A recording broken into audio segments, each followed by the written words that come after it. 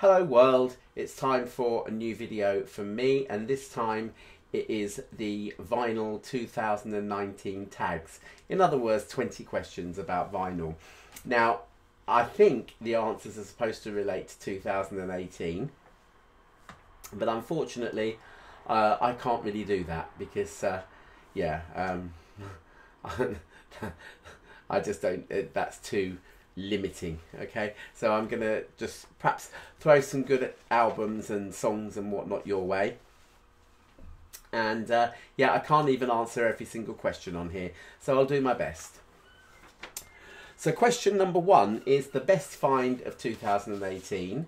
Now, it was a very late find in 2018, round about December, but I heard Tom Odell singing Billy Joel's Piano Man on the radio, and so I downloaded that on Apple Music, and then I went and had a little look around to see what else he'd done, and it turns out that this album here, Wrong Crowd by Tom Odell, is an absolute corker.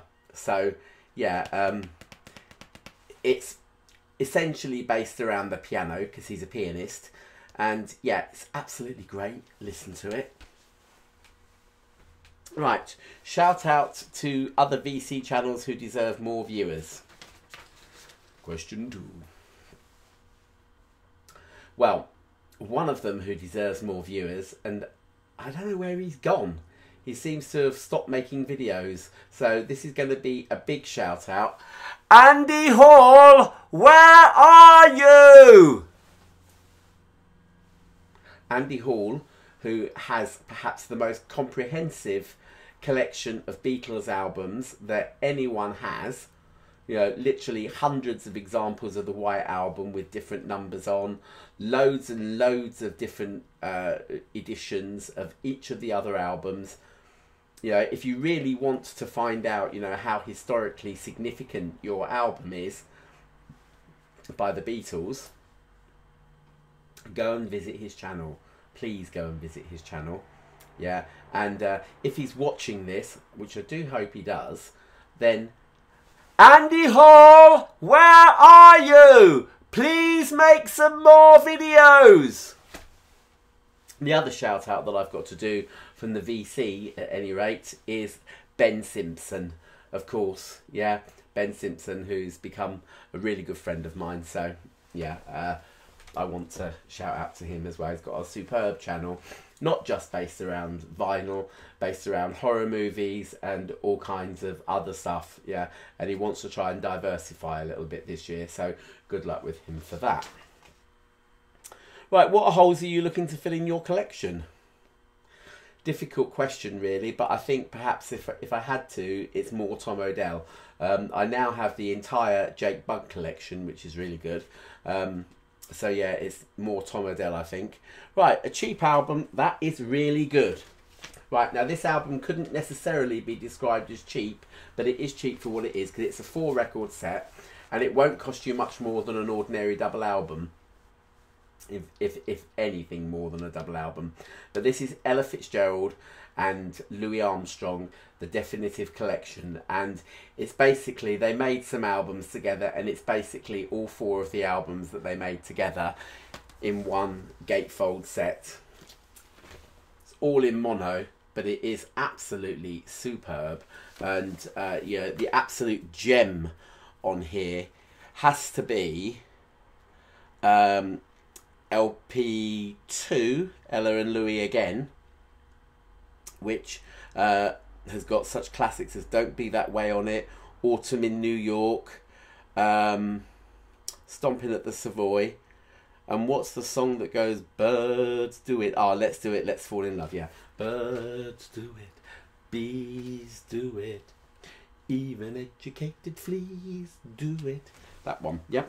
Okay, so that is a really good album. Okay, best album by, well, your favourite side project album, this next one is. I can't go for 2018 because I don't know anything about side projects from people in 2018 or anything like that. Again, it's like Ella and Louis, really. I mean, it was a reissue from 2018, but it wasn't exactly a 2018 LP. Obviously, it's, you know, dates from the 50s and 60s. But so yeah, I'm taking leave here, artistic license, and I'm going to go back to the 1980s, 1985 to be exact, and I am going to go for this album, which is called So Red the Rose, and it's by a group called Arcadia. Arcadia were formed as Simon Le Bon, Nick Rhodes and Roger Taylor from Duran Duran, and yes, the side project era of their career is deemed as perhaps not necessarily the best move by Duran Duran, because they were on their... Oh, we're upside down. Let's put it the right way up. Yeah, the side project move was not really deemed as a good idea by Duran Duran, because they'd been so successful with their Seven and the Ragged Tiger and Rio albums and stuff. I just think that they kind of were indulging too much in alcohol and other recreational, in quotes, because they're rubbish, substances, and they were a bit fed up with one another, I think, to be honest. And so they indulged in these two side projects, the Power Station, which was Andy Taylor and John Taylor. Roger Taylor contributed some drums, I think, to it, because he was in two minds as to which camp to join, as it were. It ended up giving him a bit of a nervous breakdown, and he left Duran Duran. And yeah, I mean, I think he's back in it now. But yeah, so although not the best circumstances, So Red the Rose by Arcadia is my favourite of the two Duran Duran side projects. And yes, so I really like it. In fact, it's almost sort of has an underworldy kind of feel, you know, like, you know, going back to like times of ancient Greece and that sort of thing. You know, you can almost imagine yourself, you know, getting in the boat with the Grim Reaper and sailing across the River Styx. Do you know what I mean? It's a lovely, lovely album. Very, very atmospheric. So the next question is a song from an artist or band that is uncharacteristic in their catalogue. Right, well, this is 2018. It is a song called For You, and it is for you, not you, as in the rude word. And it's by Paul McCartney from his album Egypt Station. I actually really, really like it, because I tend to be, you know, into my modern music anyway. Not completely, you know, that I don't follow the charts or anything like that, but I am quite happy, you know, if there's a decent modern artist who happens to be young or whatever and in the charts, like Years and Years, for example. They're just classic songs, you know, Jake Bugg, classic songs, you know. And even Dua Lipa, I mean, her songs are great. I don't like her voice that much. It's too much in the reign of, you know, I need the toilet kind of thing. But, you know, I still like the songs. So, yeah, For You, it has a very 2018 sound to it. And it's great for having a 2018 sound to it. It's not quite characteristic of Paul McCartney in the age of the fact that he's like 76 or something like that. But back in the 70s, once he'd really got into his swing, you know, those classic albums like Band on the Run, Wings at the Speed of Sound and Venus and Mars, they all had contemporary style songs on there. You know, he was never one to ignore a trend that was going on. And so, yeah, I really do think that... sorry, the lighting's buggering around in here. Sorry, I'm going all dark, but yeah. So yeah, you know, he always went for a contemporary sound, you know, regardless of. So yeah, For You, and it's really good. Okay. Right, the last album you purchased. I have actually got it. I haven't actually heard it yet. I'm going to go and grab it. I've not put it in my pile, so let's grab it. I can see it here. Oh, I do apologise for leaving you there for a second. Okay, there is a reason why I haven't actually heard this album yet. The reason being that I have a problem with my vinyl setup at the moment. It is bugging me. The last time I played albums was like a few days ago, like Sunday or something like that. And then the other day, I went to play this new acquisition, and suddenly the right speaker wasn't working, which really annoyed me. And it's sorry. The cause of it is something to do with my record player. I have a feeling that it is my cartridge. I have a feeling that the coils in my cartridge have gone. Yeah, and I've gone dark again. Thank you, world. Yeah, so I haven't heard this yet, but it is Troye Sivan. And the album is called Bloom, or In Bloom. No, it's just called Bloom. Okay, and yeah, I've been, you know, just watching some of the videos and stuff on YouTube from the album, and I think it's really good. So, yeah, Troye Sivan. Bit teeny boppy, but I don't mind teeny boppy. Now, the next two questions are ones that really perhaps I would prefer not to answer, because, yeah, I'm really attracted to album artwork.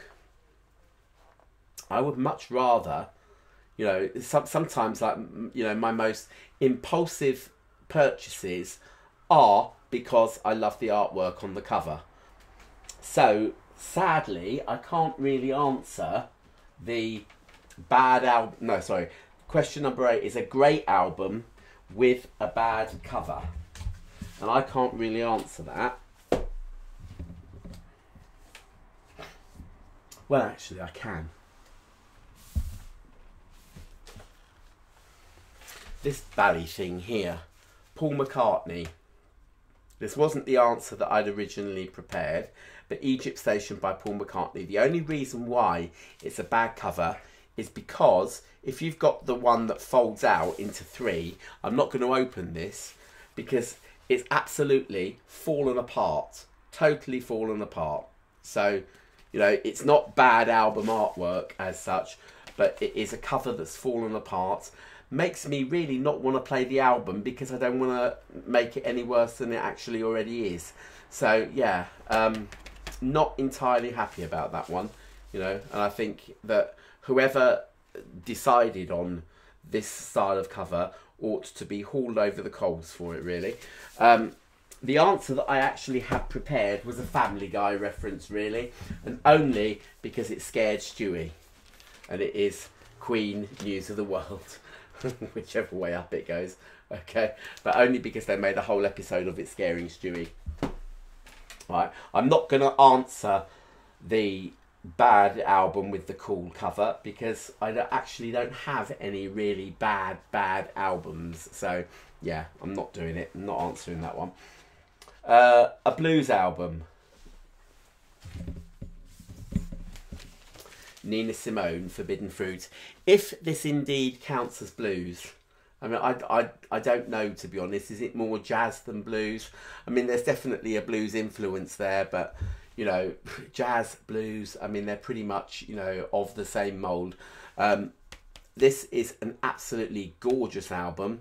It needs a few listens to it, which I like in an album, really. I don't like an album to just be, you know, so saccharine sweet that you play it once and you feel like you know all the songs.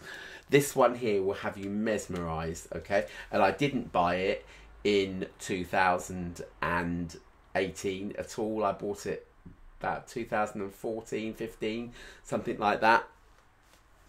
And yeah, I'm really pleased that I did. It's an absolutely superb album. It doesn't actually have the song Forbidden Fruit on it though, which is a bit of a shame, but there we go. It's brilliant, superb.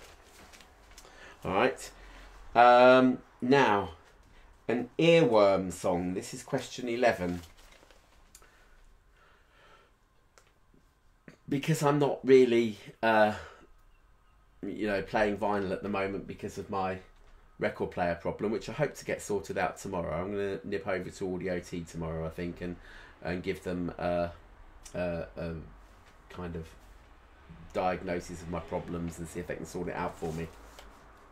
But yeah, so stuff that I've been playing on CD and downloads. Any song called Heroes can be described as an earworm. Alright, that is Heroes by Conchita, as in Rise Like a Phoenix Conchita. Yeah, Eurovision winner. Another Eurovision winner, I think his name's Matt Zimmerman, who also did a song called Heroes. And David Bowie also did a song called Heroes. And all three of those can be described as earworms. And the one that's in my head at the moment is actually the Matt Zimmerman one, because I was playing it earlier on. Right, a historically important artist. I'm still holding Nina Simone because she is a historically important artist, and she's important not just because of her music, but because of the political stance that she took in taking a very big prominent stand in the Black Civil Rights movement. An album you own because of your parents. Oh, I didn't get those. Oh, yes, I did. Yep. These aren't the exact same albums, but these were in our house when I was a little boy. Both of these albums, the red and blue albums by the Beatles. Also, any of my ABBA albums, in particular Arrival. Arrival was the first album by ABBA, or the first whole album by ABBA that I got into. I've heard their singles on the radio. I was only about 7 or 8, so, you know, this is, you know, a long time ago, children. But yeah, Arrival was a birthday present for my uncle, I believe, and yeah, I think I monopolised it and it never came off the turntable. The first album that I ever had was also because of my parents, because they bought it for me, or my mum bought it for me at any rate, and that was the Wombles. So I'm not going to show the Wombles. Okay. Right, what have I got here? Best dollar bin find. I actually haven't been looking in the second-hand shops and stuff like that for albums recently. In fact, it's been a long time since I've actually looked in the second-hand shops. So perhaps maybe that's something that I ought to get back into. But yeah, I haven't. So yeah. Right. Favourite double album. I'm going for a real double album. Because although, yes, they are the best sound quality, those 45 RPM half-speed master things can sometimes take the piss somewhat. I showed, it must have been over a year ago now, but Rudolph bought me the new half-speed master of Arrival, and I'm very grateful to him for having done so, you know. And yeah, it's a great album and everything. But one thing that I really think is taking the piss somewhat is the fact that after 2 3-minute pop songs, you have to get up and turn the damn thing over. Okay, so no, you know, I like an album to be an album, 5-6 songs on each side, and you know, have you know, a decent enough time to, you know, actually wallow in it before you actually have to go and, you know, disturb yourself and turn the thing over. It's being lazy, I know. So here's my favourite double album. It's a real double album playing at 33 1/3 with enough songs on each side to make it, you know, worth your while playing it. And it is Sun Darkened River Light by Patrick Wolf. It's almost David Sylvian-esque in its character. It's a lot of his songs that he's well known for, or kind of well known for, because he is a bit of a sort of elusive kind of artist, and I don't think he's actually made any new songs for a little while. But these are songs from his back catalogue that he's reworked in a kind of acoustic stroke classical way, and they are very, very good. Okay, including, I put a preview on my channel of Bermondsey Street, and go and listen to it because it's lovely. But the whole album is beautiful. Very, very dark. very, very dark. Be aware. Okay, there are some nice sort of lighter songs on there, but it's in general quite grim.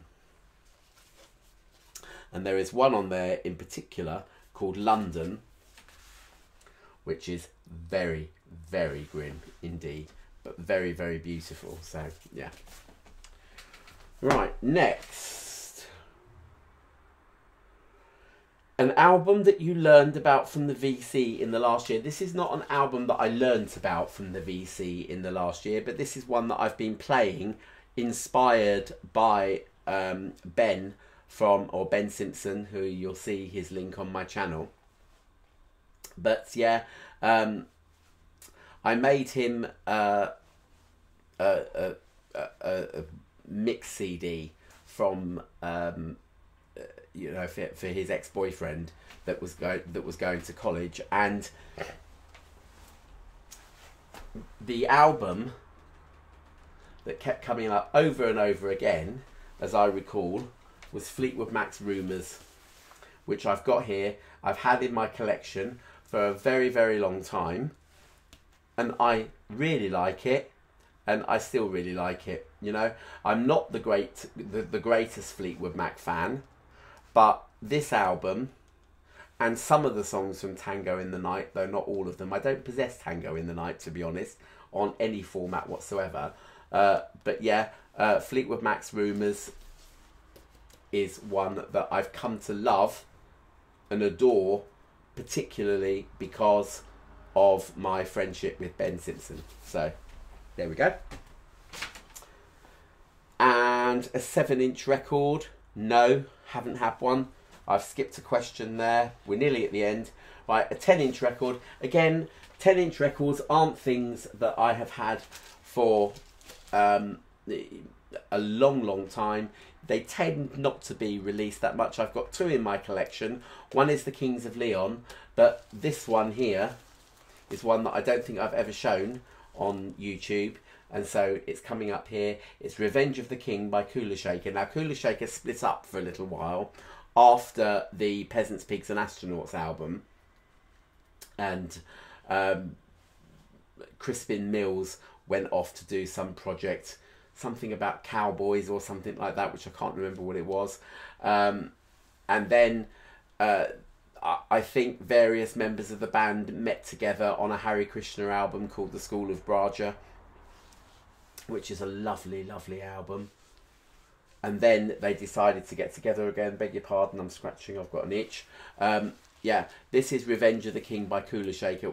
They came back, they made this EP, and then from there it sort of sprung into the Strange Folk album, which has got a couple of songs from here.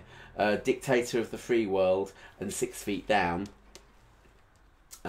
Dictator of the Free World, they rearranged it. 6 Feet Down is pretty much similar to the original on this EP, but it's a great EP.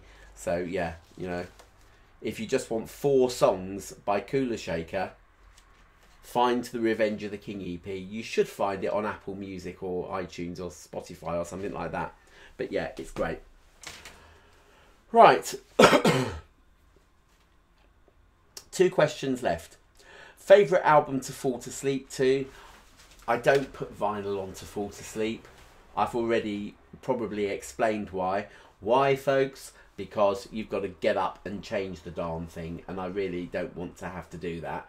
So the favourite album to fall asleep to is Gone to Earth by David Sylvian. I tend not to fall asleep to albums, but I used to, and Gone to Earth was a great one to fall asleep to, as was Secrets of the Beehive, just because the mood on them was so sort of weird and, you know, just lifted you completely out of this kind of planet, really. So yeah, it's that one, Gone to Earth by David Sylvian. Great album, yeah, but another miserable one, so you've got to be in the mood for it. Your favourite VC experience and stroke or advice for people contemplating making videos. So how's that for putting 2 questions into one? Right, so my advice is keep going at it. don't be put off. You know, I've been making videos now. This is my 11th year on YouTube, my 11th year, and I've still only got 2,000 subscribers. So don't aim for those great big high numbers. Aim for quality over quantity. Yeah, if you can get those subscribers that actually appreciate you, say nice things about you, and you know, are the ones who respect you for your opinions and stuff like that, that's the best thing. Okay, and just be yourself. And you know, my favourite VC experience is actually really not necessarily VC, because I don't really count myself as VC. I don't really like the term VC. I think, you know, YTC, YouTube community, yeah, because you know, I hopefully spread several different boundaries on here, and therefore, you know, I don't want to be like the, you know, just known for vinyl records. You know, music as a whole, as a thing. I've got videos on here about clothing. I've got videos on here about hi-fi. I've got videos on here about, you know, a number of topics, even God. So, yeah, the best thing about the whole YouTube experience really is the friendships that you make. I've got some, you know, very special friends on here. I've got Rudolf Ondrich from a long time ago. I've got Ashley Cox, I've got Ben Simpson, and, you know, various other friends that I have made just through doing YouTube. So, you know, that's it. It's absolutely great. Yes, there will be people who will put you down. There'll be people who try and sort of stalk you, as it were. I've had a few of those, but by and large, you know, you just get rid of them. You just, you know, click block if they're, you know, being a nuisance or whatever, and you know, and the chances are that the ones that block you, you're doing them, or the ones that hate you or whatever, or hate on your videos or whatever, you know, you're doing them a favour by blocking them from your channel, because they obviously don't want to watch it. So, you know, there you go. All right, so that is the end of my vinyl tags of 2019. I will be back. I have another idea for a video, but as you can tell now, the light is going, so I will make it another day. All right, I wish you all a very, very happy 2019, because I haven't made a video for 2019 yet. So everybody have a lovely 2019. I love you all, and bye.